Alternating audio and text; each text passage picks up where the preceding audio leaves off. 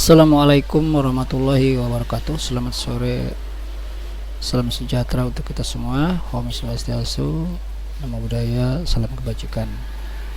Baik, pada kesempatan kali ini pada tugas ujian tengah semester dengan mata kuliah grafika komputer kelas IT 601 Prodi Informatika Pendidikan Jarak Jauh S1, nama mahasiswa Ujang Kamun, NIM-nya 220401010212 dengan dosen Bapak Catur Nugroho Skom Mkom. Pada kesempatan kali ini saya akan mempresentasikan tentang bagaimana kita memahami algoritma Digital Differential Analyzer atau DDA dalam grafika komputer. Sebelum itu, apa yang dinamakan dengan algoritma Digital Differential Analyzer atau DDA adalah metode dasar dalam grafika komputer untuk menggambar garis lurus pada layar raster. Algoritma ini menghitung titik-titik piksel antara dua koordinat ujung garis dengan menambahkan nilai pecahan secara bertahap agar membentuk garis lurus. DDA itu termasuk algoritma incremental yang sederhana dan efektif, menggunakan penambahan tetap berdasarkan gradien garis untuk menentukan koordinat titik demi titik. Nah, dari dasar teori algoritma DDA itu adalah satu, prinsip perhitungannya. DDA menggunakan prinsip perhitungan diferensial untuk menggambar garis lurus secara bertahap dengan perubahan nilai linear. Terus rumus garis yaitu garis antara dua titik dalam kurung x0, y0 dan x1, y1 dijelaskan dengan rumus y sama dengan y0 ditambah m dalam kurung x dikurangi x0, di mana m adalah gradien dari garis. Selanjutnya adalah pendekatan increment. Karena layar hanya bisa menampilkan piksel diskrit, DDA menggunakan increment berdasarkan gradien untuk menentukan titik piksel yang tepat.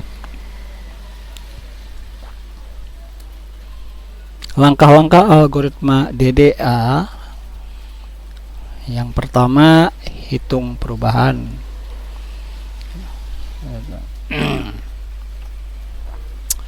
Di mana data X sama dengan X1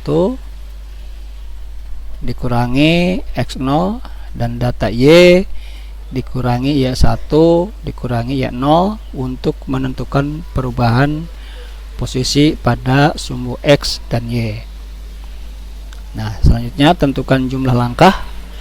Jumlah langkah adalah nilai maksimum dari jumlah data X dan jumlah data Y untuk merencanakan iterasi. Selanjutnya itu hitung increment X dan Y dihitung dengan membagi perubahan koordinat dengan jumlah langkah. Sementara iterasi titik piksel mulai dari titik awal ditambahkan increment secara bertahap dan bulatkan nilai untuk menentukan piksel yang digambar. Contoh rumus dari biskuit algoritma DDA yaitu function DDA dalam kurung x0, y0, x1, y1 di mana dx sama dengan x1 dikurangi x0, dy dikurangi y1 sama dengan y1 dikurangi y0. Stepnya max di dalam kurung ABS dalam kurung DX atau ABS dalam kurung DY. X garis bawah increment sama dengan data YX per step. Y increment sama dengan data Y per step. X sama dengan X0, Y sama dengan Y0. For I from kosong to step, plot dalam kurung round dalam kurung X, round dalam kurung Y, sehingga X sama dengan X ditambah X increment, Y sama dengan Y ditambah Y increment. Itu rumusnya. Nah, kelebihan daripada algoritma DDA sederhana, mudah dipahami. Implementasi algoritma ini sangat mudah dan intuitif untuk dipelajari. Hasil garisnya lurus, memberikan hasil garis yang cukup halus pada raster. Cocok untuk sistem terbatas, efektif digunakan pada sistem grafis dengan kemampuan komputasi terbatas. Sementara kekurangan algoritma DDA itu operasi floating point kompleks, memerlukan operasi pecahan yang lebih kompleks dibandingkan dengan algoritma lain seperti Bresenham. Terus kekurangannya lagi adalah kurang efisien dalam kecepatan. Proses pembulatan dan penghitungan pecahan di setiap iliterasi membuatnya lebih lambat. Selanjutnya aplikasi algoritma DDA itu gambarnya garisnya 2 dimensi, digunakan untuk menggambar garis lurus dalam grafika komputer 2 dimensi. Visualisasi bentuk geometris memvisualisasikan bentuk dasar seperti garis, segitiga, dan poligon.